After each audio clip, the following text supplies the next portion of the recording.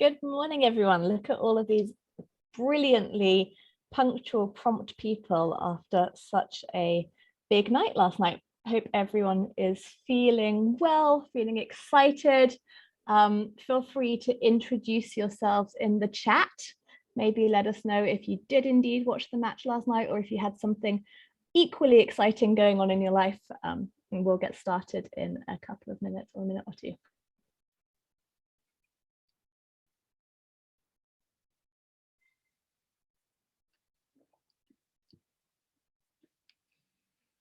I've got a really fun situation where the dog that I'm dog sitting is not allowed to come and see me, but my girlfriend's in the shower, and so she's just growling.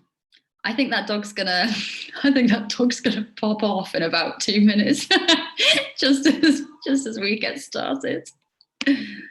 Fun for me.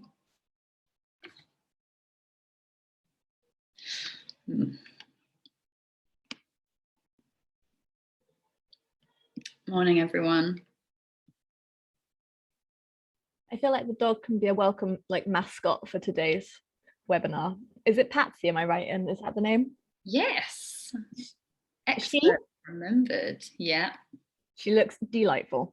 Thank you for all the introductions in the chat. Lovely to see everyone.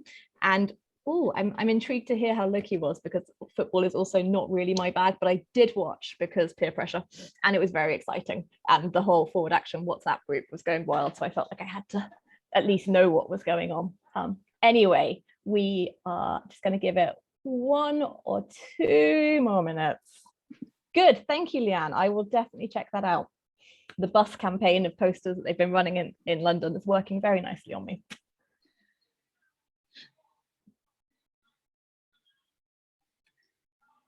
Okay, we are at 100 attendees now, which is a nice point to start, I think. And so let's get going, and then people can join as we go and hear about what we're doing. So I'm going to kick things off and then hand over to Chloe. Really lovely to welcome you all today. Thank you so much for signing up and joining us. We're really excited to have Chloe talking today about how to write irresistible emails, which is absolutely her expertise, and so we couldn't ask for a better person to join us to talk about that. We're going to share the recording of the webinar, so normally that's where a couple of people drop off and realize they've got other things to do, but hopefully you'll stick with us, because there will also be an opportunity to ask questions. So if you want to use the Q&A function down the bottom of your Zoom screen to ask questions, and we will take a note of those, and then at the end of Chloe's presentation there'll be plenty of time for some chat and conversation. And there are closed captions available as well. So again, down the bottom there, you can see live transcript. And if you just switch on to show subtitles, so it's a pretty good live transcript. It makes a couple of mistakes that you'll see as it goes. But if that helps you, that's brilliant. So please do make use of that. And then I'll just a quick note on why email is so important. I don't know how many of you were also on the M&R benchmarks webinar yesterday afternoon with Paul from Rally and the team from M&R. But one of the big takeaways from the first ever UK M&R benchmarks report is that kind of email is something that is still hugely important to the US fundraising market and the US kind of campaigning, organizing market, but actually there's still so much room for growth in the UK. And while we've seen organizations really turbocharge their email lists over the last year with I think it's 35% growth in email subscriber lists, which is phenomenal. But actually income from email still only makes up 5% of UK giving online. And in the US, it's 20%. And one of the big differences between UK email and US email is just the volume of emails you're sending. And if you are, as an organization, looking at that data and thinking we need to send more emails, you also need to make sure they're really good, really compelling emails. And so hopefully you will be able to take a load of insight and examples and tips from today's session. So I will stop talking now and turn my video off and hand over to Chloe, but I will be monitoring the Q&A and monitoring the chat. So if you have any questions along the way, please do pop them in. Like I say, we'll come to them at the end. And enjoy. Thank you, Ali. What a lovely warm welcome. Good morning, everyone. I hope you're all awake. I'm going to keep up the pace and the energy. The dog that I'm looking after could go absolutely bananas. It's all to play for. Who knows what's going to happen? Thanks for joining. We are today, as Ali says, talking about email. So I am head of creative at Forward Action. I write lots of emails. I know emails inside out and I love them to bits. I think they are woefully underutilized. So we're going to talk through some top tips. So today the session will cover rule number 1. If you take nothing else away, I implore you, you should take that one thing away. Then we'll talk about some basic principles, which I call the EPIC email. Then we're going to take the next step together. So once you've got those principles in place, what can you do to really kind of improve your mobilization? Copywriting, and those will be 5 copy concepts I'll take you through. Then we're going to look out in the wild. So we'll look at some case studies of 3 of our brilliant partners, Refuge, Dignity and Dying, and Greenpeace, to see what those emails actually look like in practice. And then we're going to have Q&A and chat. But first of all, I think the delightful assistant for this Zoom, Kate, is going to type up a quick poll. I would love to know where you are at right now. So the question is, how do you think your emails are right now in your organization? Be honest, there is no shame or shade here. Not good, room for improvement, or great, you just need to polish them. I'd love to know. Please vote now so I can kind of understand who's in the room. Okay, I'm going to leave that up for 10 more seconds, but mostly the vast majority of people are in the middle ground where they are good but room for improvement. There's a couple of stars on here who are saying they're great, they just need to polish, and some people who feel like they need a little bit more work. But yeah, vast majority is in the good but room for improvement ground. Fantastic. All right, nice one. Great. That is good to know. I hope I hope I'm pitching this kind of in the right place then for you all, or for the majority anyway. So let's start with the basic principles of a banging email. First of all, oh Lord, this is super simple. Your emails should have one call to action. Down with the newsletter. Communicating with your email list is a strategic intervention. It is not an aimless content dump. You should have one meaningful, tangible thing that you're asking your supporters to do per email, and then funnel them towards that one action. We have done countless tests on this. When you give people multiple things to do in one email, they wind up doing nothing at all. It's what we call choice overload or choice overwhelm. And nobody really takes an action and then returns to the email to take a second action. Like, think about your own behavior. You probably wouldn't do that, and neither would your supporters. You're also expecting your supporters to figure out which is the most pertinent action they should take when you could just tell them. There are some notable and rare exceptions, of course, where newsletters are sort of genuinely just roundups of interesting stories and news. Like, I've seen some brilliant newsletters from Copperfield, Bloody Good Period, the Peter Tatchell Foundation. They have great newsletters because they genuinely do just collate stories rather than actions. So there are some exceptions, but for the most part, one action per email. So when you write an email, you should be asking yourself, is it epic? And I am horribly embarrassed by that, but it's easy to remember. So, emotive. Have you successfully conveyed the emotional heart of this issue? Usually that will be the people or maybe the animals who are on the other side of the story who need the support or the solidarity. Really, try not to lose the real sense of what is at stake. And if you make a compelling case for action, then your supporters will follow suit. Punchy. So brevity is really important when you have a limited amount of attention from a supporter. Every extra word pushes your ask further down the page, or it requires another scroll, or it requires more attention, and you'll see a drop off. If you have written a 400-word email, cut it to 300. If you've written 300, cut it to 250. I'm not talking about minor edits. I'm talking about seriously cutting the fat. Any extra copy that isn't emotive, impactful, or clear, get rid of it. Impactful. So Asking people for their time or their money or their energy is a really big ask. So you have to, it has to feel like it's actually going to be valuable and worthwhile.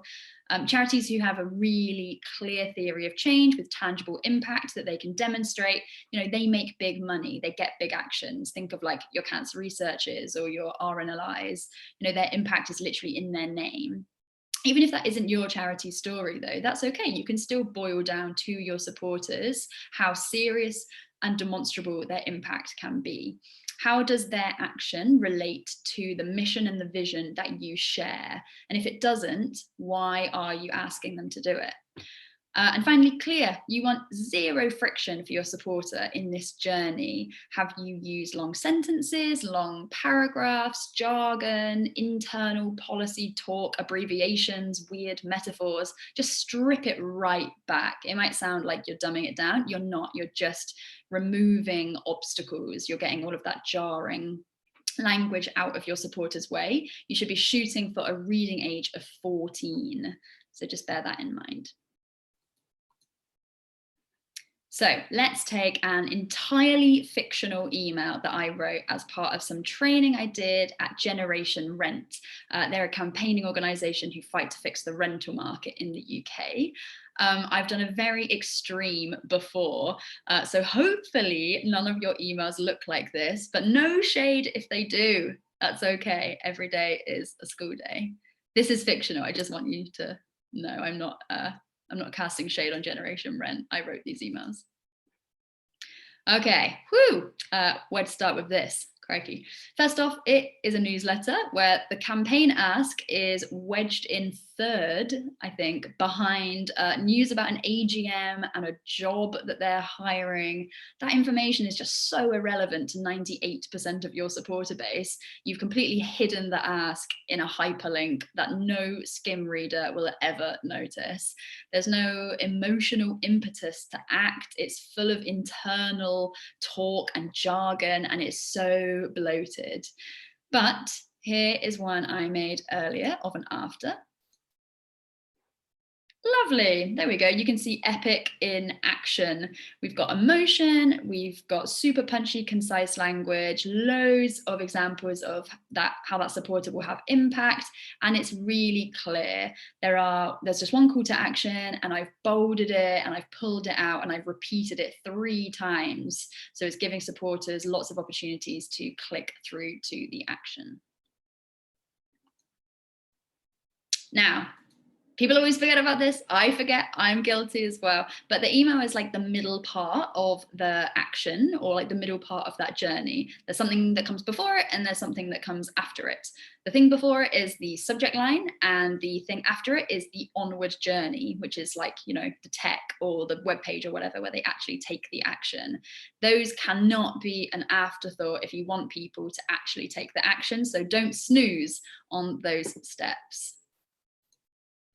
In terms of subject lines, we've done loads of testing on this, and we find that these are the kind of key principles. So personalized, use the person's name, if you can, also their location or any other data like their, the amount they've donated or their direct debit, if you've got the tech set up to do that, to make it really relevant and personal for them.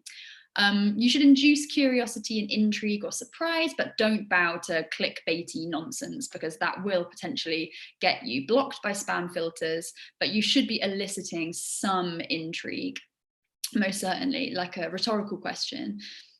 Remember, you are very much fighting for airtime in an inbox. You need to earn that open. You need to make it worth their while to actually open the email. You should be standing out, taking risks. Keep it short. 70% will be looking on mobile. You will get cropped if you don't keep it short. But the most important thing of all is to test and test and test again. Sometimes we find that tests come back and people just do not behave like we think they will, and I'm wrong, and I love being proved wrong because it happens all the damn time. But you should be setting up simple A/B tests with subject lines. As long as you're sending to a minimum of like a couple hundred people to sort of make it like a significant number worth testing with. But just setting up simple tests means that you actually learn about what your supporters do rather than assuming anything. Here is just a quick screenshot during the US primaries. This was what my inbox looked like. And as you can see, there's a lot of noise. There's a lot going on, and there's no right or wrong answer here, but this just shows you how noisy an inbox, can be if you've got supporters who are signed up to multiple email lists. And some of these subject lines might compel me significantly more than others. I'm sure you will also feel strongly about some and not strongly about others. We find things like these can be some of our highest performing subject lines. What do you think? This is a bit cheeky. Your personal update, 3 quick questions. Yeah, you can just see here, they're quite varied, but they're all pretty short, pretty snappy, and definitely do use personalization. The next thing is that onward journey. So it should naturally flow from the email. The next step should be logical and clear, and your supporter isn't having to chase around the internet or a website to do what you've asked them to do. And it should meet their expectation. So it's not wildly different. It's not pitched differently. It's not materially different from what the email laid out. Ideally, it should be done in a few minutes or less. Some exceptions around surveys or deeper engagement pieces for sure, but there should be no unnecessary extra steps. You can keep the copy on that page to a real minimum as well, because you've already persuaded them to take the action, so you don't need to waste time there. If you're sending the action to a huge number of people, the stakes are really high. So if you've tested the page and you found what works and then optimized it using those test results, the difference in actions and donations could be really, really substantial. We're talking thousands of pounds or thousands of extra actions. Thinking about running, simple A/B tests on your main action pages is really important, like your donate page, your join page, your volunteer page, or a big scale petition you're trying to get off the ground. That will ensure that you get the most possible conversions from your email list. And then again, remember, your supporters will probably largely be coming from mobile. We kind of see anywhere between 65 and 75% of traffic is from mobile.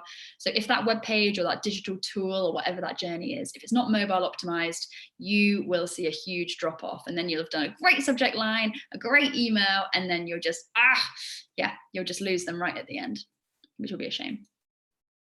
I have cheekily screenshotted an onward journey that I found deeply frustrating from last year, and I'm going to play to show you what I mean about a sort of a poor onward journey.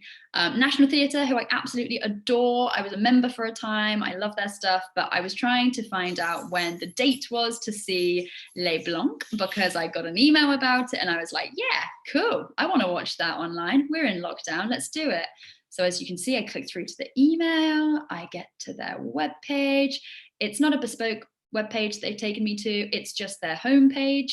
So I'm not even seeing how to find out when certain things are on. I can't see a calendar of events. So I'm clicking around. Okay, I go to their YouTube page, see if their YouTube has information about when Les Blancs will be aired.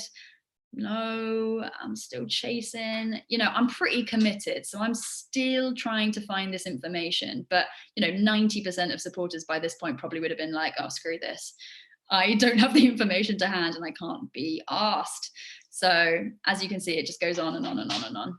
It was frustrating. So let's review. We are done with the basics. As you can see there, I've just laid it all out super clear for you. Remember, 1 call to action, get that email nice and epic, emotive, punchy, impactful, and clear. And don't forget about your subject line and your onward journey. Now, Kate, I think, is going to fire up a new poll, because I'd love to know, how did you find that? Was that new information? Did you know some of that stuff? Or are you like, Chloe, I'm already there. What's next? Let's move on. Please vote now.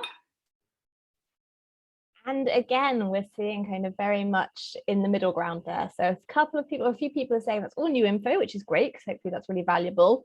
The majority of people, again, are saying I knew some of that stuff. And actually, there's been some really great chat about editing as well in the side chat about this, which I think is hopefully useful for some people, because Hemingway app was new to me for sure. And then a few people are saying, I'm already there, what's next? So you're in the right ground, Chloe, keep going. Imagine if I was just like, right, we're going back. Let's do it again. No, we'll press on. Fantastic. All right. So the next step, oh, that was melodic. So you know the basics. Now let's get to some of the more advanced techniques that you can use in your copy to really make it pop and to get your supporters taking action in their thousands. Now, this may sound really formulaic and maybe even a bit dull, but I promise learning the winning elements of great mobilization copy and then ticking them off as you write them can give your copy real shape and clarity and purpose. So here are 5 copy concepts to weave into your work, which should make up that kind of the bulk of your emails. The first is theory of change. This is, really fundamental one, really important. So it's a clear pitch to the supporter, which explains what their action will tangibly do and how that will help us achieve our shared goal. So I wrote one as an example here for Dignity in Dying, one of our brilliant partners. You'll see one of their emails later. Say it was a petition ask in the email. By adding your name, you'll be increasing the pressure on the government to act, getting us closer to a change in the law on assisted dying. That just really succinctly explains why them adding their name will help us achieve that mission. The next is crisis and opportunity. So telling the story of what is at stake and then how our collective action can avert that peril or that result, that future. Again, one from Dignity in Dying, their Scottish campaign that we ran and supported them with this year. Thousands of people are dying in agony every year in Scotland, but it doesn't need to be this way. Public opinion is shifting fast, and if we work together, we can change the law. So you can see at the top there, we've got the crisis, and then it switches into the opportunity, how our collective action is going to change the law. I think if you go like too hard on the crisis or too hard on the opportunity and you don't marry them together, sometimes the email can feel a little bit, well, either kind of like apocalyptic or, I don't know, almost a bit too giddy. So it's good to have that balance.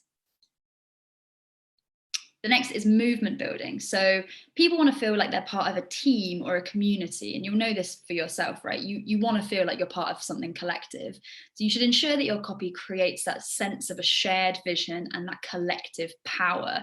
So here are 2 examples of it's just sort of phrases you can pepper into the email, like Chloe, together we've achieved incredible things this year, or a different one here. By adding your name, you'll join thousands of people fighting for a cleaner, greener planet. So it could be numerical, like thousands of people, or it could just be using words like together and that kind of big we. So we meaning all of us, not we, the organization, have gone off and spent your money to do blah, blah, blah, which is, not cool.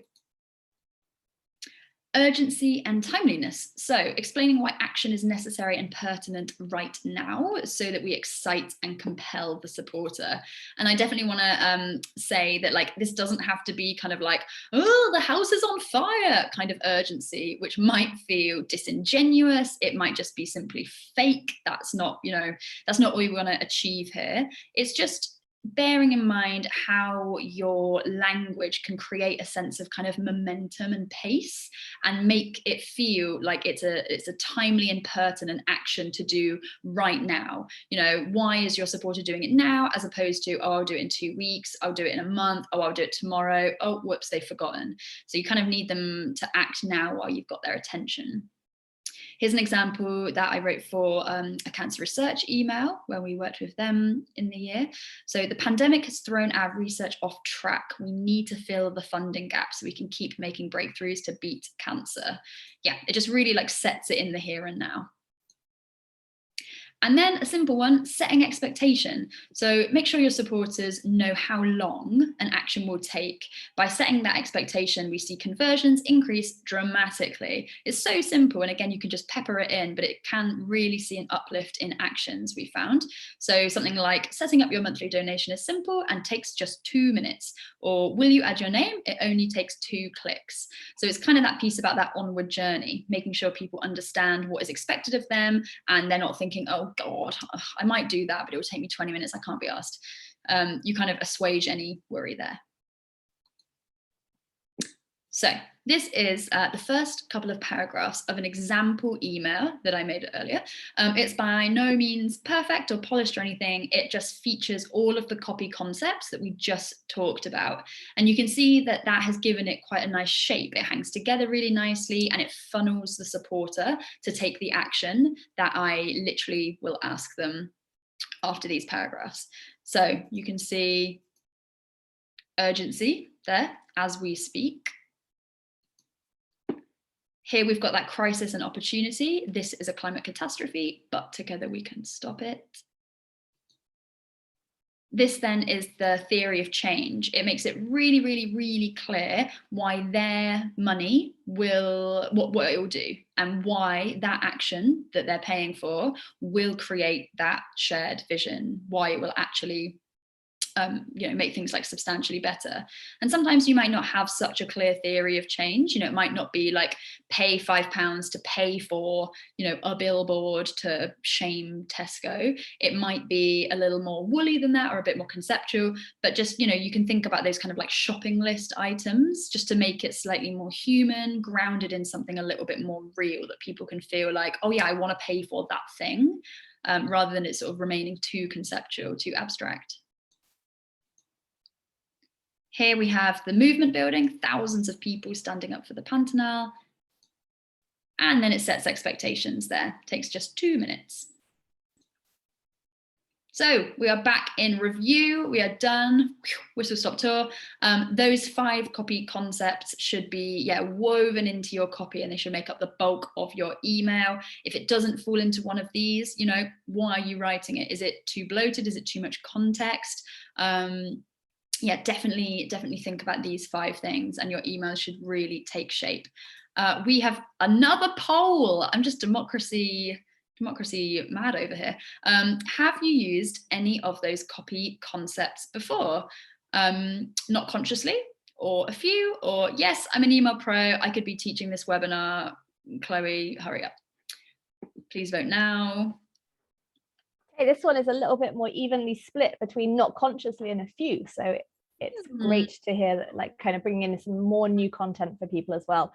And there's a few people saying yes, they're an email pro, and when I look at the attendee list, there are definitely some email pros on the list. So I hope they are putting themselves forward as email pro, but also getting a lot from this too. So yeah, it's kind of a smaller majority are saying they've used a few of those concepts before, but more people are saying they haven't consciously. Cool, nice one. Email pros, excellent. Glad you're here. Hope you're still awake. Hope this is practical for you pros as well. So, all right, how does this look in practice? We have 3 emails from kind of out in the wild that I want to show you now, and they are all case studies from partners that we've worked really closely with for many years. So Refuge is an example of how you can give your supporters a variety of asks with a small but highly engaged email list. Dignity in Dying, I'm going to use that as an example of how they have taken these principles and this learning in-house. They do their emails themselves, and they're seeing absolutely superb results. And then Greenpeace is basically like how to absolutely crush it. They are just an example of what really exceptional results on email can look like after years of together us building and engaging their list. First, I'll quickly whip through benchmarks so that when I start talking to you about results, you know what context they kind of sit within. Our benchmarks are around an open rate of 20 to 25%, a click to open rate. So click to open rate being how many people who opened the email actually then took the action, who like clicked on the action in the email. For a petition, we find it's about 25%-ish.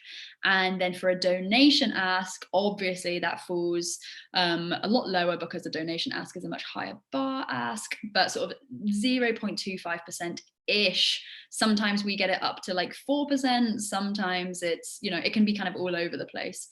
And then the post-action donate rate. A post-action donate rate means the donate rate that is after an ask. So say it's like we asked you to sign a petition, you sign it, and then the next thing you see is a donation ask in the journey. So that's what we mean there. And that is, again, very varied, but sort of ish between 0.75 and 1% of supporters who come through. So here is a screenshot of a Refuge email that we wrote with them. We started working with Refuge around 2 years ago, and I would really, I'd really advise you to go and read on our blog what we've done with them, because it is like, I'm obviously very biased, but it is staggering work. It's so fucking cool. Together, we have just totally transformed their fundraising and their mobilization work. They had a really small list when we started out. Now it's about 88,000. But regardless of size, this is a really highly engaged email list. This email is one we wrote for them around Mother's Day, and it's a really good example of a meaningful and emotive engagement email rather than a fundraising email or a campaigning email. And I just want you to, kind of be inspired about things that you can ask your supporters to do to kind of diversify those asks. And in our onward journey, so once people clicked through, after sending a message of support to mums via a simple form, there was a soft fundraising ask as well. And here are the results. So the click to open rate was 5.82%, lovely stuff. And that resulted in 2,698 actions. And of those, which is amazing, 2,698 people sharing a message of solidarity to a mum who's experienced domestic abuse is just like, that's wonderful. That is so impactful. And of those, 137 people donated in that post-action ask that I described after they had sent their message, which was £827 and a 5% donate rate, which is like, way above our benchmark. And £827 when the primary goal of this email wasn't even to make money. It's just great, lovely. All right, next up, dignity and dying. Now I've split the email in two here because I couldn't fit it exactly on the screen. That's what's happening. It's not two separate emails. It's just, I've stacked it. We've been working with Dignity and Dying for years, supporting them to embed copywriting and mobilization savvy into their organization. And here is an email that they wrote that they sent to their Scottish supporters in the run up to the Scottish local elections. And as I say, this was entirely written by their team, but they've really taken these principles in house and just ran with them. Like, it's so punchy. It's a fundraising email that is bang on 300 words, which is rare and delightful. They've asked the call to action, twice. They've like put it in there a couple of times. So it's really, really clear. Everyone is funneled to that one ask, and there's loads of urgency and timeliness here. We need to raise 25k by the end of April. We've raised 6,200 so far. We want to continue running the adverts until the end of the month, but we need your support to get us through. How tangible is that? It's just so compelling. So here, I wanted to show you this because the open rate is pretty low, actually, like 15.6%. And our benchmark is, as we said, between 20 and 25. But the click to open rate was 0.5%, but that resulted in 705 donations, which is 16 grand with an average donation of £23. So I wanted to show you this because even if your open rates are a little lower, you can still see massive results. You can still see amazing results. It shouldn't be, like, oh, but we can't get people to open our emails. So, what's the point of email? Like, the email is just a really important part of your strategy. You can make loads of money. You can have loads of actions from emails, even when your open rate is a little low and you still need to work on that. And then finally, now I haven't taken my own advice at all because Greenpeace constantly buck trends. What are they like? But this is not even an entire email. I couldn't even fit it on the whole screen because there's another section of this email as well, but I promise it's a very short section. It's just like it's a goodbye. But this is a really high performing email from Greenpeace, a partner we've been working with for years, one of our OGs. We wrote this email and it was their best performing fundraising email of 2020. Pow, just absolutely crushing targets, as I will show you in the next slide. Now, I've drawn out some of the concepts that are utilized here in just a second, but I also want to say that this is a great example of how I don't take my own advice. I prove myself wrong constantly. This email is not punchy. It's almost 500 words, and I can't even fit it all on screen. That's because tests show us that longer emails perform best with Greenpeace's audience, which is why testing is so important. It's also heavily skewed towards the emotive principle, and it uses lots of crisis without much opportunity for the most part.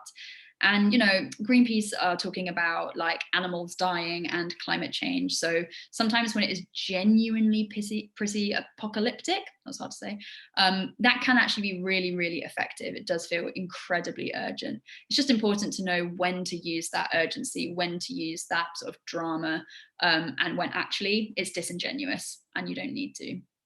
So clicking through, we have got emotion and crisis without the opportunity up front. That's the first thing you see in the email.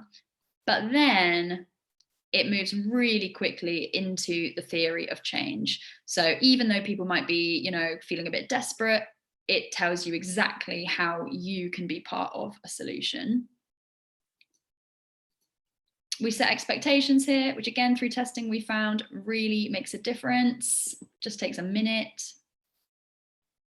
And the whole email is packed full of urgency. All of these paragraphs here are, you know, really building an emotional case for donating.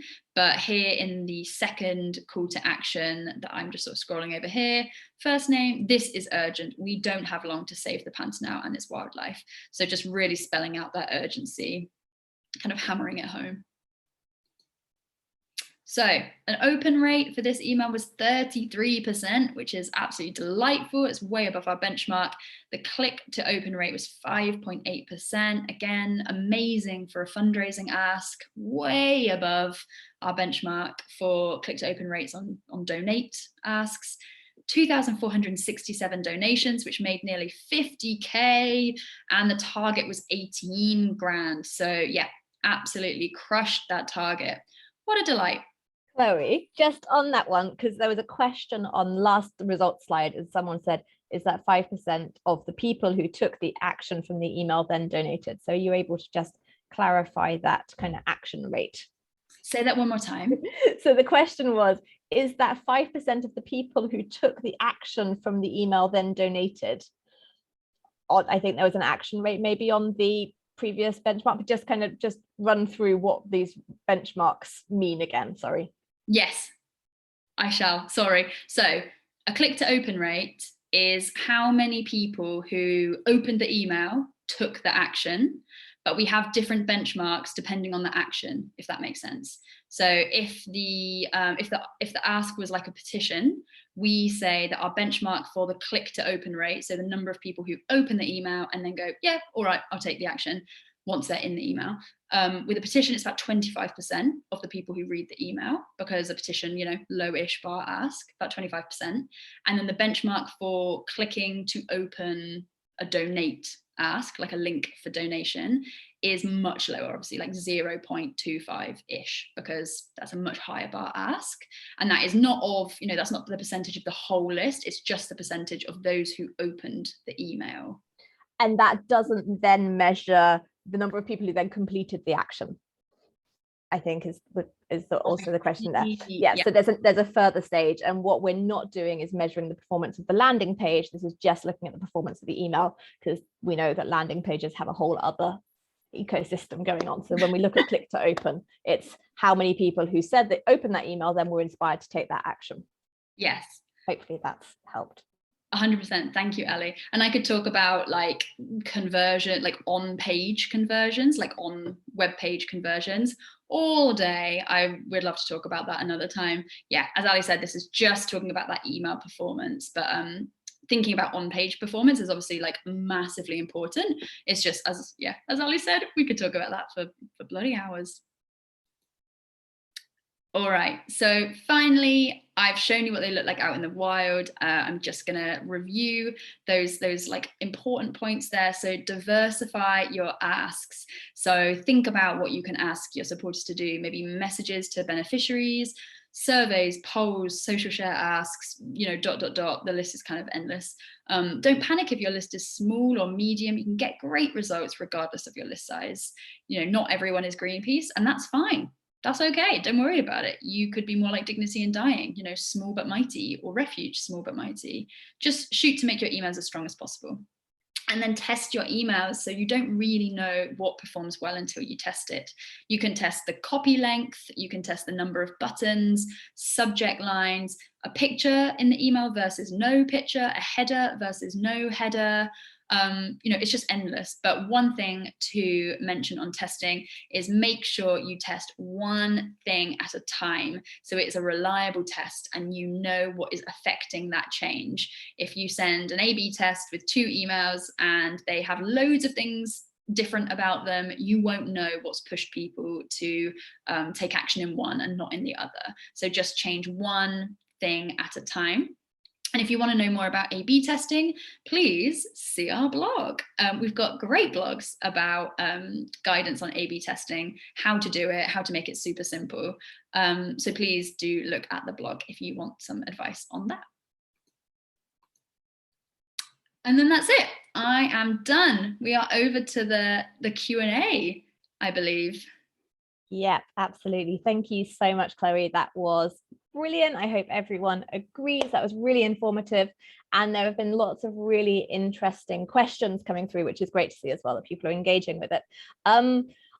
Gonna start, this is where it gets into the kind of the interview Q&A, Chloe. Gonna start with just a couple of questions that you may not have the answers to on those kind of examples that you gave, because there are a few different questions that came through about those, which are kind of smaller things, but if we just cover those off and then get onto the bigger concept stuff. So on the Greenpeace email, there was just a couple of questions about kind of like, what was the subject line? What was the list size? All very, very good questions to be asking when we're looking at the results. You need to have the full context of it. Do you have that context, Chloe?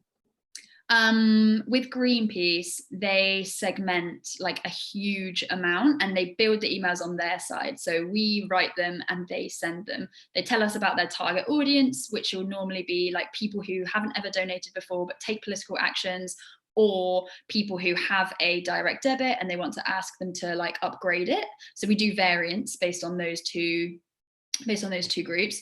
They don't send out kind of like full list emails. Again, they're segmented, so I can't tell you exactly how many would have received that email, but I think the Pantanal emails went to something like 200k ish. I could have pulled that out of thin air, but I remember seeing that on a report somewhere. I think around 200k. What was the other question? Subject lines. Subject lines, I have not seen data for which was the highest performing, so I didn't want to include it because I might just be guessing which was the highest performing, but we had a couple. So we had like Jaguars in danger, or like Chloe, this is horrifying, or urgent update, forest fires.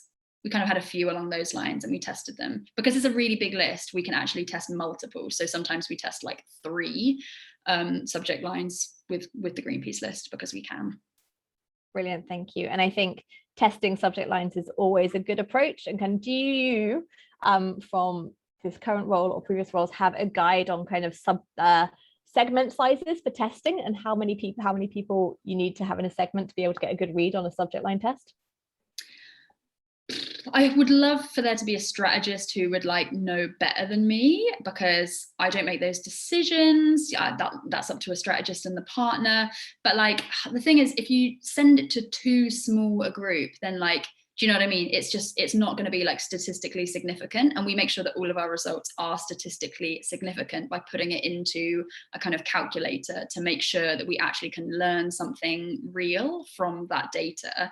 I'd say like if you're sending to like a really small batch, say like 1,000 people or something, I would say that like 500 and 500 is probably like moderate and reasonable to split your list, because 500, that seems like enough to like figure out if one email subject line was performing like radically better than the other.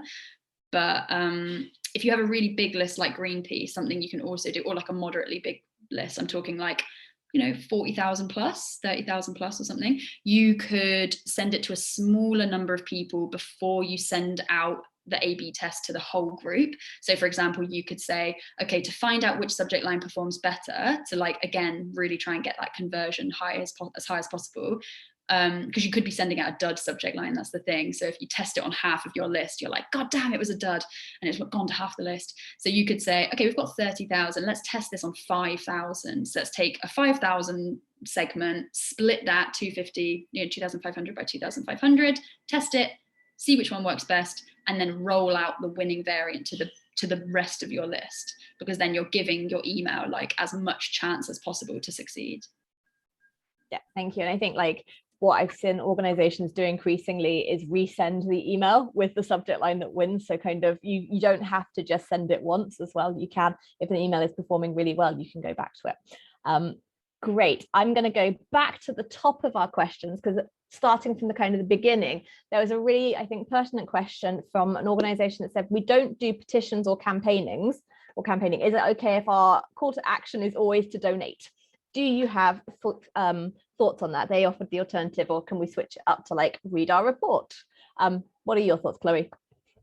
Yeah, I think if you send people fundraising emails kind of back to back, and they just come to know you as like, oh, it's those people that ask me to give money, like, yeah, you could see like an unsubscribe rate, or you could see a bit of a drop off in engagement because you're not diversifying your asks. But that's what I mean about like the refuge, engagement example there around like sending mums a message. And someone asked in the chat, did they actually send those messages to mums? Yes, they did. I think like you can just be creative about what you're asking people to do around engagement. We find that surveys are the biggest engagement tool that we use of any of our partners, which is wild, because I never thought a survey would like see people just going absolutely like woo, enthusiasm through the roof. But they are like, surveys get such high engagement rates. And then the post survey donate ask on a survey, again, is one of our most successful fundraising tactics. So you could be asking your supporters lots of questions. You could be asking them like yes or no polls. You could be asking them to send messages. You could be asking them for feedback. Social share things like, oh, we've got this great new video, get it out on your social channels. We want to like, get as many people watching this as possible. Like, it doesn't always have to be a campaign ask, it doesn't always have to be a petition, but thinking about how to engage them meaningfully is really important. And I would say you should diversify beyond just fundraising. Thank you, Chloe. That's brilliant. I think like going back to the M&R benchmarks, which is my default position today, is US organizations send 70 emails a year on average, and UK send 30 emails a year on average. And those US organizations are sending 30 fundraising emails, but you have to top it up with other interesting stuff, because otherwise you're the boring friend that's only talking about one thing and people will stop answering. So absolutely. And there should be plenty of stuff that people can do to help you reach your end goal. Got a question here about length, which you touched upon, kind of saying you broke your own rules, but there's questions, should it be 250, 300 word max, or do we have any data over short versus long? Have you got opinions? Got a lot of opinions, of course.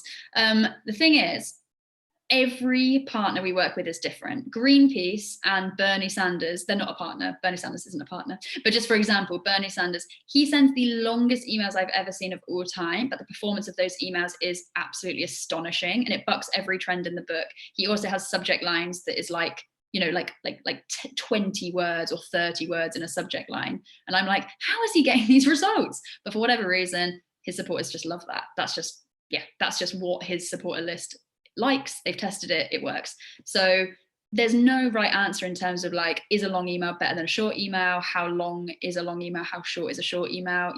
How long is a piece of string? But like, I find that if I'm writing an email and it's broaching that 350 mark, I'm going to shave off quite a lot of it, unless it's a really emotional issue, unless there's a story that I need to tell.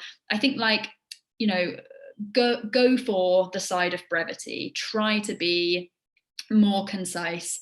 then you would like naturally be. Editing is really important. I always write an email, I go away, I make a cup of tea, I like shut my eyes for 10 seconds, I come back and I'm fresh and I want to look at it again, almost like with new eyes. Or I ask my colleague Lauren to read it for me and she'll edit it. So there'll be a lot of fat that you could trim that perhaps you're not trimming right now, and you should be. But yeah, with Greenpeace, you know, a 500 word email makes 50 grand when it was only supposed to make 18. So you do just need to test it.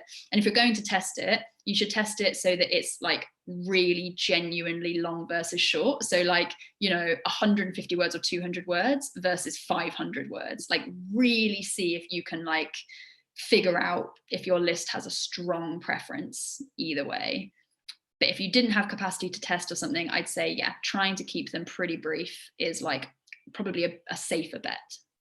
I think that's a really good rule of thumb. And like, it's keeping sentences brief as much as the actual content, like length of the email. Like when people think about writing short, it's like actually making what you're writing short, but saying as much as you need to. Because like obviously with some of these issues, you've got lots of information to give. So it's working out how to present that for the 14-year-old reader or the 7-year-old reader. Looking at that, there were lots of questions, Chloe, about the absence of images and GIFs in your emails that you presented. So why aren't we using images on the whole, and what do you think of that? Because they don't work. Down with the image. Yeah, images. Oh, hello. The dog's back. Yeah, images we have found in our testing with a lot of our partners do not work as much as emails with no image. But your supporters can be different. Again, I'm reluctant to tell you don't use images because you might find that your supporters love an image. Maybe you work with donkeys, maybe you work with horses, maybe you work with dogs, maybe images of those things would perform really well because it would bring the issue to life, it would be emotional, it would be sweet, it would be compelling. It really depends on what your issue is, but like, don't put an image in an email because you think you should be putting an image in an email. You do not have to put an image in an email. And we find that performance dips with images in emails. I mean, just think of it like logically, right? Like it pushes down the ask.